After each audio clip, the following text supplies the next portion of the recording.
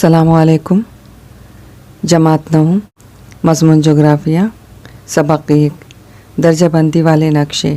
इस सबक के सवाल जवाब करेंगे। सवाल नंबर 1, दर्जा झेल बयानात सही हैं या गलत?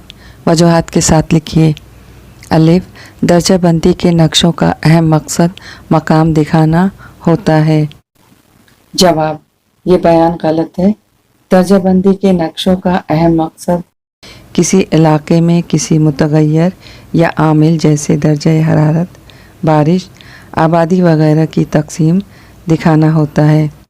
बे, साए वाले तरीक़े के नक्शों में ज़ैली इलाकों या हिस्सों के अनासिर की कद्र एक होती है। जवाब, ये बयान सही है।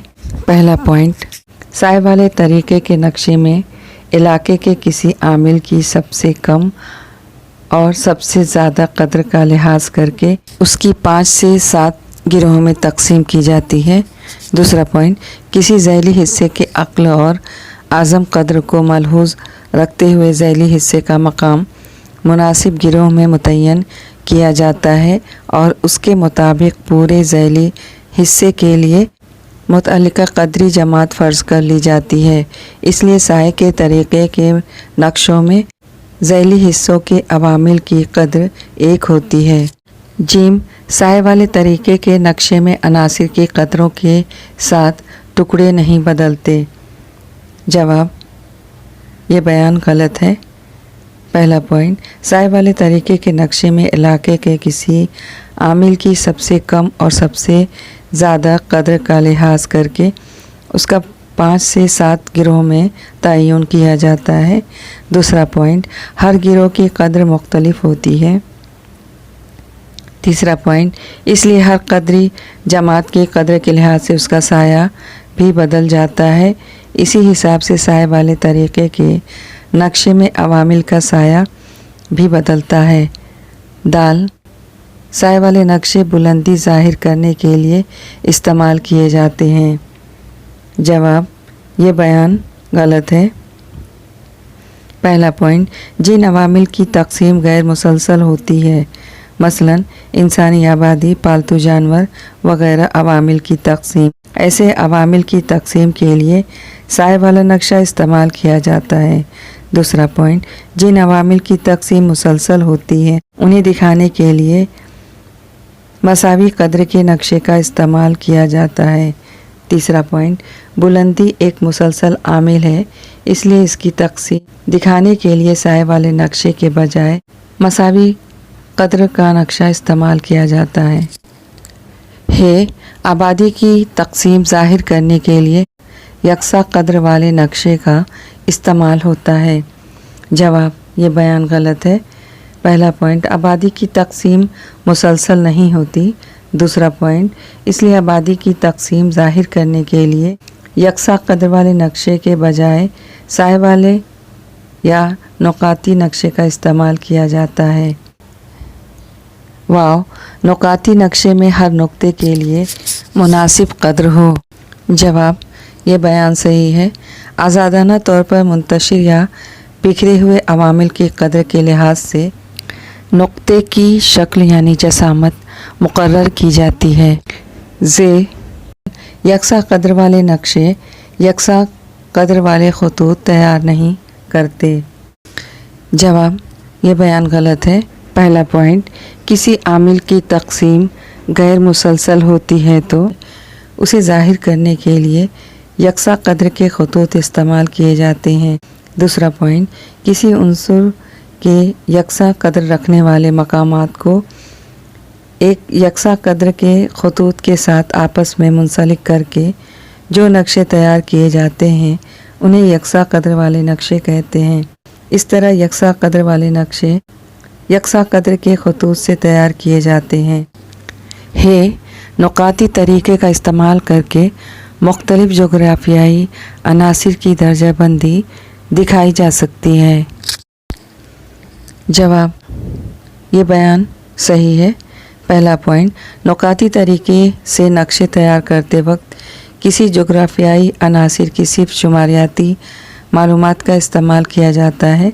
دوسرا پوائنٹ، کسی علاقے میں کوئی عناصر جس طرح سے تقسیم ہوا ہے اس طرح سے نقشے میں نقطے دے کر اس عامل کی تقسیم دکھائی جاتی ہے۔ تیسرا پوائنٹ، جو عناصر کسی علاقے میں آزادانہ طور پر بکھرا ہوتا ہے، مثلاً آبادی، پالتو جانور وغیرہ، ایسے عامل کی تقسیم دکھانے کے لیے نقاطی طریقہ زیادہ آسان اور مفید ہوتا ہے۔ اس طرح نقاطی طریقہ استعمال کر کے جغرافیائی عوامل کی تقسیم ظاہر کی جاتی ہے۔ سوال نمبر 2، مختصر جواب لکھیے۔ الف، درجہ بندی کرنے والے نقشوں کا استعمال اور اس کی قسمیں واضح کیجیے۔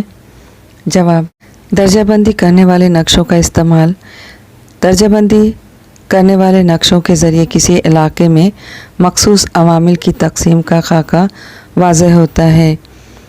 درجہ بندی کرنے والے نقشوں کی قسمیں، درجہ بندی کرنے والے نقشوں کی 3 قسمیں ہیں۔ نمبر 1، نقاطی طریقہ، نمبر 2، سائے والا طریقہ، نمبر 3، مساوی قدر کا طریقہ۔ نمبر 1، نقاطی طریقہ، آزادانہ طور سے بکھرے ہوئے عوامل کی تقسیم کو دکھانے کے لیے نقاطی طریقہ استعمال کیا جاتا ہے۔ نقاطی طریقے کے نقشے میں کسی علاقے میں کوئی عامل جس طرح سے بکھرا ہوا ہوتا ہے اس کے مطابق نقطے دے کر اس عامل کی تقسیم دکھائی جاتی ہے۔ نمبر 2، سائے والا طریقہ، اس طریقے سے نقشہ تیار کرتے وقت کسی جغرافیائی عامل کی تعداد کی 5 تا 7 جماعتی قدروں میں مختلف رنگ کی کمی بیشی یا سیاہ سفید خاکے کے ذریعے دکھائی جاتی ہے۔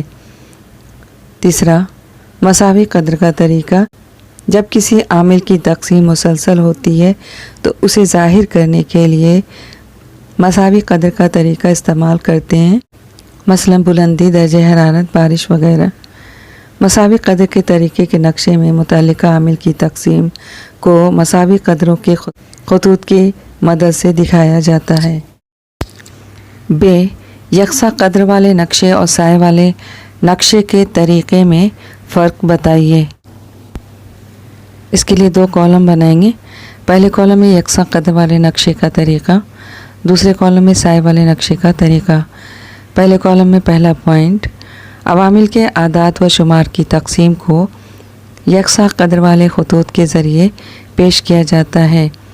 دوسرے کالم میں پہلا پوائنٹ، عوامل کے اعداد و شمار کی تقسیم کو رنگوں کے مختلف سایوں یا سیاہ و سفید خاکوں کے ذریعے پیش کیا جاتا ہے۔ پہلے کالم میں دوسرا پوائنٹ، عوامل کی تقسیم بتاتے وقت انتظامی حدود کا خیال نہیں رکھتے۔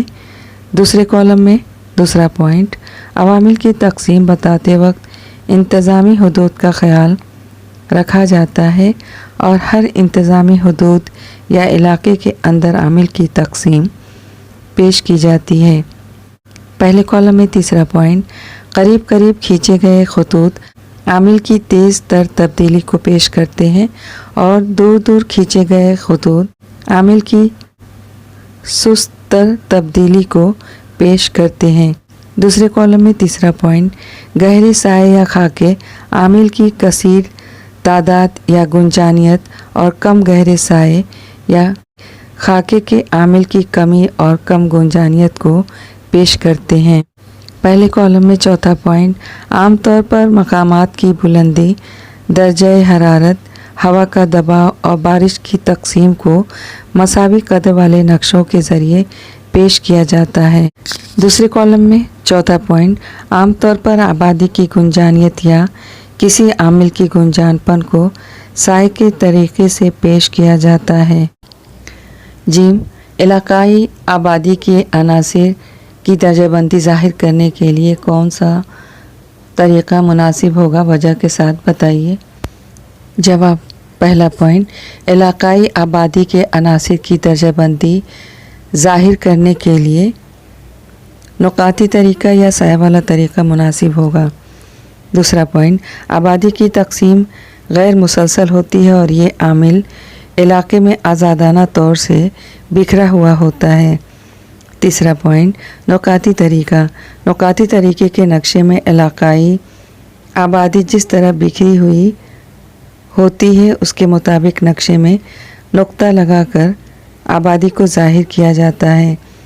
देही आबादी को नुक्तों के ज़रिए और शहरी आबादी को दायरों के ज़रिए दिखाया जाता है। चौथा पॉइंट, साय वाला तरीका।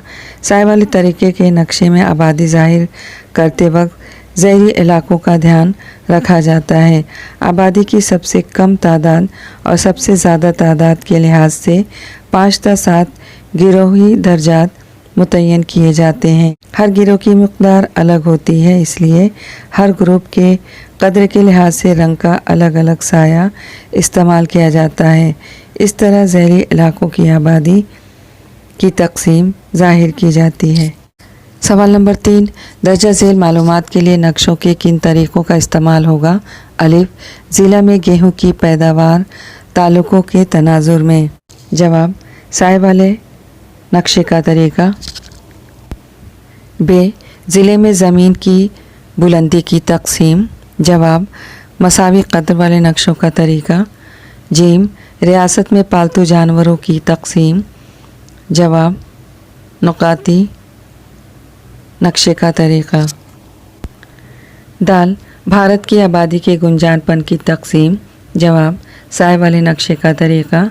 है, रियासत महाराष्ट्र के दर्जे हरारत की तकसीम।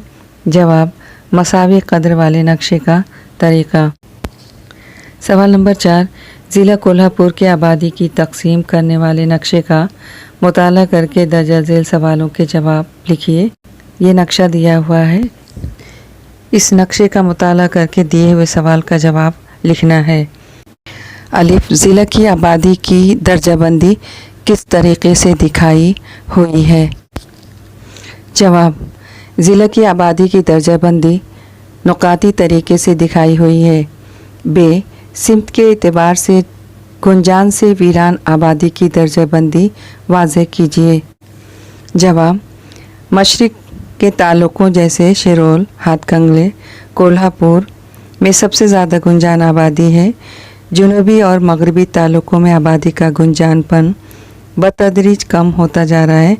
जुनूब में चंदगढ़ और मगरिब में गगनबावड़ा सबसे कम आबादी वाला तालुका है। जीम, सबसे बड़े नुक्ते वाली जगह की आबादी कितनी है और वो कौन सी जगह है? जवाब, सबसे बड़े नुक्ते वाली जगह की आबादी तकरीबन 20 लाख है और वो जगह कोल्हापुर है। दाल, सबसे कम आबादी वाला तालुका कौन सा है? जवाब, सबसे कम आबादी वाला तालुका गगनबावड़ा है। ये सबक मुकम्मल हुआ। इस तरह आगे की तमाम वीडियोज़ की नोटिफिकेशन आपको मिलती रहे, इसके लिए चैनल को सब्सक्राइब करना ना भूलें।